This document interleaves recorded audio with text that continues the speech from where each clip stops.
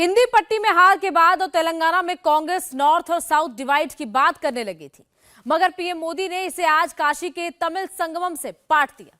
मोदी अपने संसदीय क्षेत्र के 2 दिन के दौरे पर हैं। आज संस्कृति का संगम गंगा के नमो घाट पर नजर आया। मोदी ने विकसित भारत की बात की तो काशी से कन्याकुमारी तक की ट्रेन को हरी झंडी भी दिखाई। प्रधानमंत्री मोदी क्यों कहते हैं उनके कामों के पीछे दैवीय शक्ति है, देखिए ये रिपोर्ट और समझिए।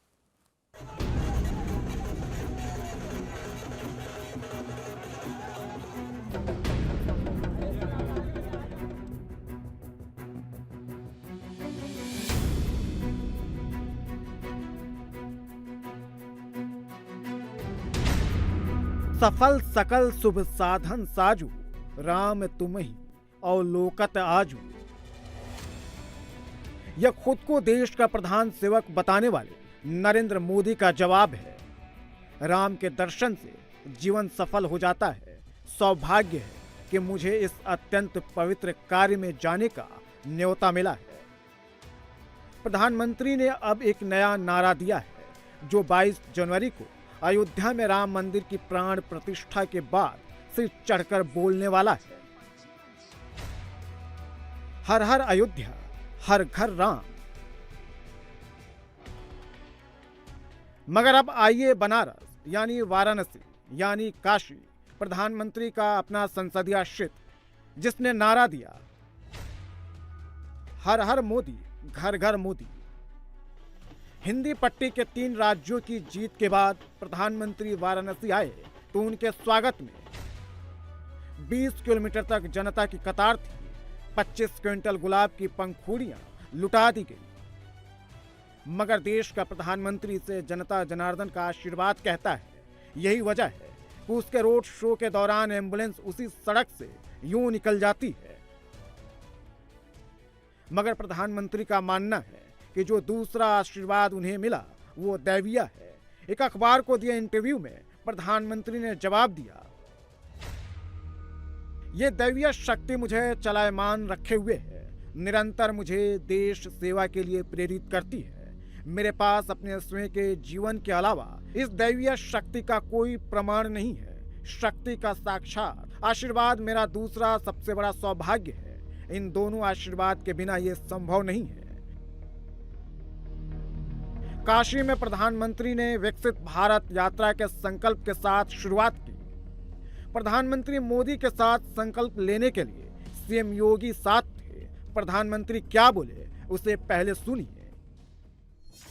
अगर हम इस समय 140 करोड़ देशवासी इसी मिजाज से भर जाएं, बस अब हमें देश को आगे ले जाना है, ऐसे नहीं रहना है। हर एक की जिंदगी बदलनी है। हर एक की शक्ति का सम्मान होना चाहिए, शक्ति का उपयोग होना चाहिए, तो देश को आगे बढ़ाना चाहिए। एक बार ये मन में ये बीज बो रहे ना, आज 25 साल में तो ऐसा वटवृक्ष बनेगा, 2047 में 2047 में विकसित भारत बन जाएगा और बच्चों को फल मिलना शुरू हो जाएगा।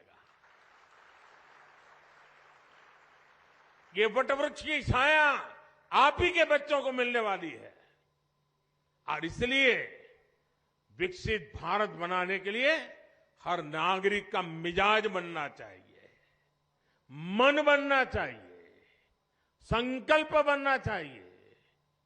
और अगर मन बन जाता है तो मंजिल दूर नहीं होती। प्रधानमंत्री किसी एजेंडे के तहत अपने संसदीय क्षेत्र काशी में थे, इसे भी समझने की जरूरत है। प्रधानमंत्री तमिल संगमम के उद्घाटन के लिए भी वाराणसी गए थे। प्रधानमंत्री को दिव्य शक्ति कहां से मिलती है, इसकी ऊर्जा कहां से आती है, ये समझने की जरूरत है। आइए इंडिया टीवी की एक रिपोर्ट देख लीजिए, जो प्रधानमंत्री के उद्घाटन से पहले की है। वाराणसी का ये स्वर्वेद मंदिर है, जहां इसके 100वें वार्षिकोत्सव में प्रधानमंत्री नरेंद्र मोदी आएंगे। बहुत ही सुंदर मंदिर बना हुआ है और ये कहा जाता है कि सबसे बड़ा मेडिटेशन सेंटर यहाँ बनाया गया है। एक साथ 20,000 लोग यहाँ मेडिटेशन कर सकेंगे। ये जो मकराना का पिंक सैंडस्टोन है, जो राजस्थान के बंसी पहाड़पुर से आया है, जिससे राम मंदिर अयोध्या में बन रहा है, उसी से ये बनाया गया है। मकराना का सफ़ेद मार्बल लगाया गया, सुंदर नक्काशी दिखेगी आपको पूरे मंदिर में। 9 गुंबद 9 मंडप इसमें बनाए गए हैं और सब कमल के आकार के हैं।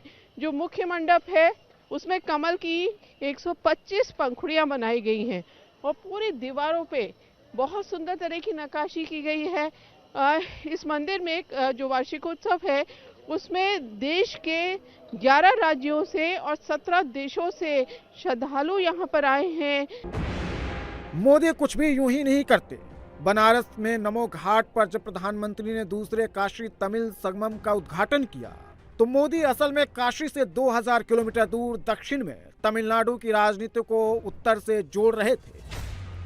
मोदी के विरोधी अब उत्तर और दक्षिण का नया नया नैरेटिव गढ़ रहे हैं। मोदी विरोधी कहते हैं बीजेपी उत्तर में ही हीरो है, दक्षिण में जीरो है। प्रधानमंत्री 2 दिन के लिए वाराणसी में है।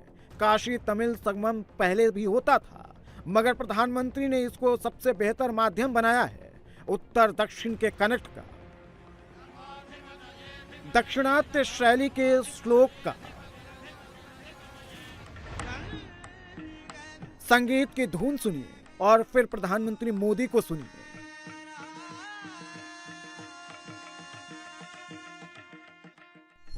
तमिलनाडु से काशी आने का मतलब है महादेव के एक घर से उनके दूसरे घर आना। तमिलनाडु से काशी आने का मतलब है मदुरई मीनाक्षी के यहां से काशी विशालाक्षी के यहां आना। इसलिए तमिलनाडु और काशी वासियों के बीच में जो प्रेम है, जो संबंध है, वो अलग भी है और अद्वितीय भी है। मुझे विश्वास है काशी के लोग आप सभी की सेवा में कोई कमी नहीं छोड़ रहे होंगे। इसी महीने तेलंगाना में कांग्रेस की सरकार बनी। बीजेपी वहां 1 सीट से 8 सीट तक गई। बीजेपी को मोदी के भरोसे ही ये भरोसा है कि वो तेलंगाना में सरकार भी बनाएगी।